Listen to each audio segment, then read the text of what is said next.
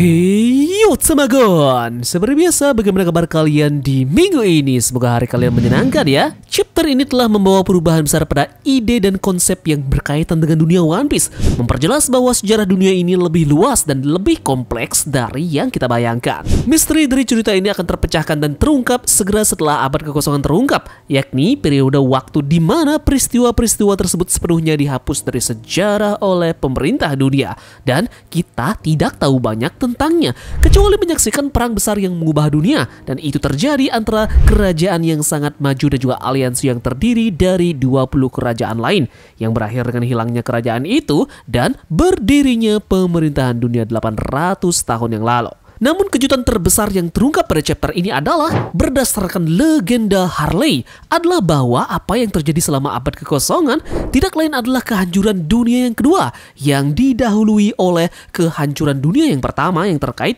lebih dari 900 tahun yang lalu pada zaman Nika. Namun alasan dan detail terkait kehancuran dunia yang pertama ini masih belum diketahui sepenuhnya. Masalah ini memperjelas bahwa Nika dan juga Joy Boy adalah dua orang yang berbeda.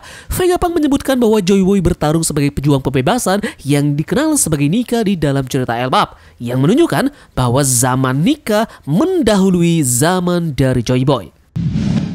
Adapun hal terpenting lainnya yang dapat disimpulkan dari pernyataan dari Jarul ini adalah adanya bahasa yang sangat amat kuno yang digunakan untuk menulis legenda Harley ini, dan merupakan bahasa yang tak dapat diterjemahkan secara akurat. Ini pun menandakan bahwa bahasa tersebut lebih tua daripada bahasa yang digunakan untuk menulis informasi tentang batu poneglyph yang sekarang dapat diterjemahkan. Hal ini pun masuk akal mengingat keberadaan peradaban kuno yang jauh mendahului zaman dari Joy Boy, seperti peradaban Alabasta, di mana istana Alurbana ini berusia sekitar 4.000 tahun, atau pohon ara yang diperkirakan berusia sekitar 5.000 tahun. Nah, karena dunia One Piece dihancurkan 2 kali, ini berarti matahari juga mati 2 kali, yang merupakan ide yang sepertinya terinspirasi oleh Oda dari mitologi Aztec, terutama dari mitos 5 mataharinya. Hanya saja dia mengubah sejumlah era yang menyaksikan kehancuran matahari agar sesuai dengan peristiwa di dalam ceritanya. Nah, mitos tersebut tertulis di atas sebuah batu yang disebut sebagai batu matahari, yang desainnya diambil oleh Oda dari sebuah manuskrip milik orang-orang Aztec. Oda sendiri menggambarkannya di sampul chapter 470. Jadi kalian dapat melihat sejauh mana kesamaan di antara kedua batu ini.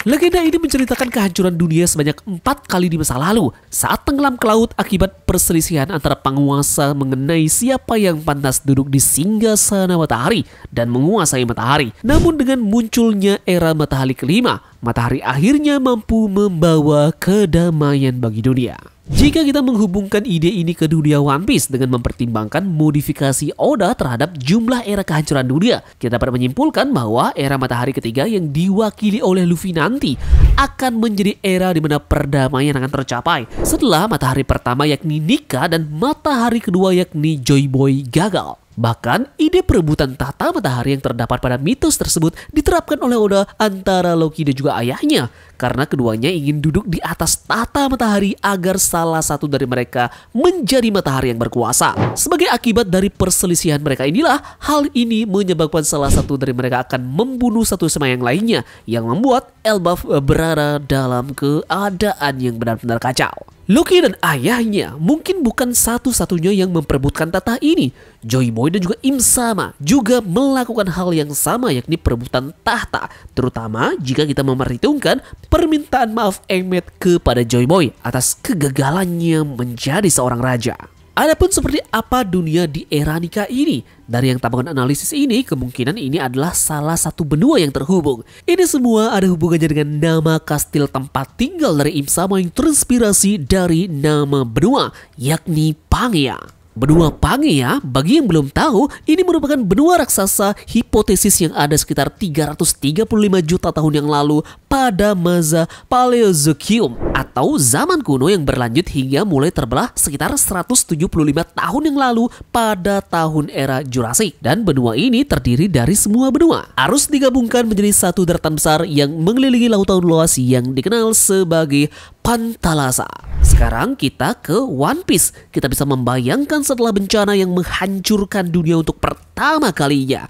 Benua induk mulai terpecah menjadi beberapa benua dan kemudian terbentuklah garis merah sebagai bagian dari bencana tersebut. Jadi karena bumi belum dapat dihuni pada masa itu, penduduk bulan yang mendarat dari bulan menuju ke bumi memutuskan untuk tinggal di red line ini bersama dengan beberapa ras lain termasuk penduduk bulan. Hal ini pun menyebabkan penamaan kalender oleh mereka pada masa itu sebagai kalender zaman surga, sebuah kalender yang namanya pertama kali disebutkan oleh Robin. Adapun untuk kedua kalinya dunia ini hancur. Peristiwa ini mengakibatkan benua-benua tenggelam ke dalam lautan dan yang tersisa hanyalah tonjolan-tonjolan yang lama-kelamaan berubah menjadi pulau-pulau yang terpisah. Jadi oleh karena itulah kalender pada zaman ini dinamakan kalender lingkaran laut. Dan pertama kali disebutkan oleh Nami dan kalender ini jelas masih digunakan dalam cerita saat ini.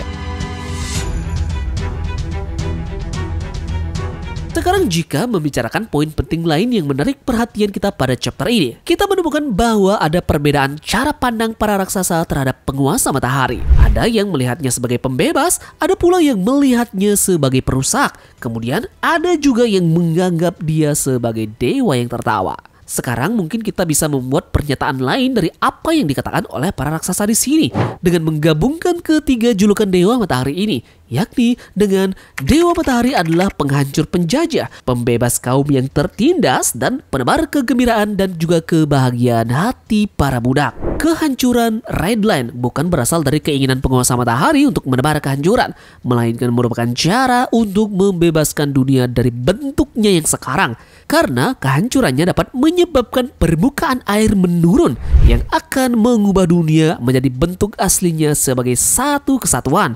Dan hal ini pun akan menyebabkan munculnya All Blue sebagai hasilnya. Jadi ada kemungkinan bahwa 800 tahun yang lalu Joy Boy berusaha menghancurkan Red Line, namun ia gagal dan dikalahkan oleh Im-sama. Tampaknya kerajaan lama percaya bahwa membebaskan dunia dari pembatas yang satu ini adalah pilihan yang tepat. Red Line dengan pembatasnya yang sangat besar ini membatasi pergerakan seseorang dan membatasi kebebasan seseorang. Sementara menghancurkannya lah dapat menyebabkan kehancuran penciptaan dunia yang lebih bebas dan juga terbuka. Kembali membicarakan Nika lagi, pertanyaan yang tersisa adalah tentang identitas siapa musuh yang dihadapinya di masanya dan apakah permusuhan di antara mereka itu menyebabkan kehancuran dunia untuk pertama kalinya. Bagaimana jika musuh Nika mungkin adalah ular dunia Jormungand dari mitologi Nordik, terutama karena Nika mungkin terkait dengan mitos-mitos tersebut karena kedekatannya dengan Elbaf yang terinspirasi oleh mitos ini. Jormungand sendiri adalah ular raksasa yang mengelilingi dunia manusia. Dia membawa kehancuran dan korupsi dalam pertempuran Ragnarok, perang akhir dunia. Namun Thor pada akhirnya mampu membunuhnya, namun dengan harga yang sangat mahal. Thor tewas hanya dengan 9 langkah akibat racun mematikan yang menyerangnya dari ular tersebut. Nah, berdasarkan mitos tersebut, ada kemungkinan Oda Sensei menciptakan hubungan menarik antara Nika dan juga Thor di dalam kasus ini. Adapun pertarungan di antara mereka pada masanya, hanya Red Line lah yang menjadi saksi bisunya, yang mungkin terbentuk dari sisa-sisa ular dunia setelah ribuan tahun berlalu.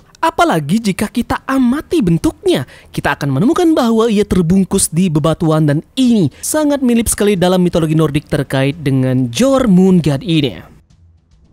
Berkaca pada wujud Nika yang muncul pada chapter ini, tariannya di sini mengingatkan kembali kita pada tarian dari seorang budak Afrika yang bernama Joy Boy yang tiba dengan kiriman budak pertama ke Karibia yang kemudian menjadi terkenal dan menjadi bagiannya. Menurut budaya tersebut dikatakan bahwa budak Afrika ini setelah dia membebaskan dirinya mulai membawa di tangannya sebuah drum yang dikenal sebagai gendang kebebasan dan dia akan menabuhnya dan menari sambil tersenyum mengikuti irama tertentu dengan tujuan tertentu. Jadi hal ini mendasari inspirasi ciri-ciri dari Nika yang mungkin saja berasal dari ciri-ciri budak ini. Namun perbedaannya terletak pada Nika yang menabuh gendang kebebasan melalui ritme detak jantungnya sendiri. Sedangkan untuk perisai yang dibawa oleh Nika ini sepertinya terinspirasi dari perisai legendaris Svalin dalam mitologi Nordik yang konon dapat melindungi dunia dari panasnya matahari bumi dan segala isinya pasti terbakar oleh panas matahari. Nah, jadi pada bagian depan perisai ini kita dapat melihat adanya sebuah simbol yang berinspirasi dari simbol-simbol peradaban Mu yang hilang yang dikenal dengan kekaisaran matahari. Menurutnya simbol ini melambangkan matahari menurut kepercayaan peradaban tersebut telah tenggelam ke dalaman ke Samudra Pasifik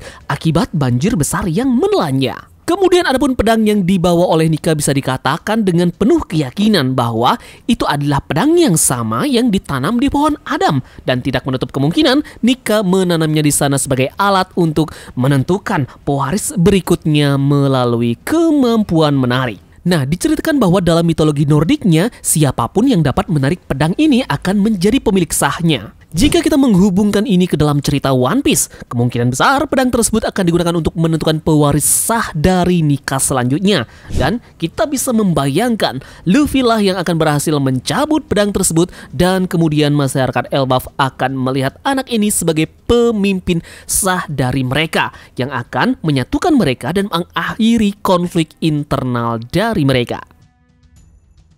Kita lanjut ke Loki. Sama sekali tidak mengherankan kalau Shanks lah yang mampu menangkap dan menjatuhkan Loki, apalagi mengingat banyaknya petunjuk yang mengarah ke hal tersebut.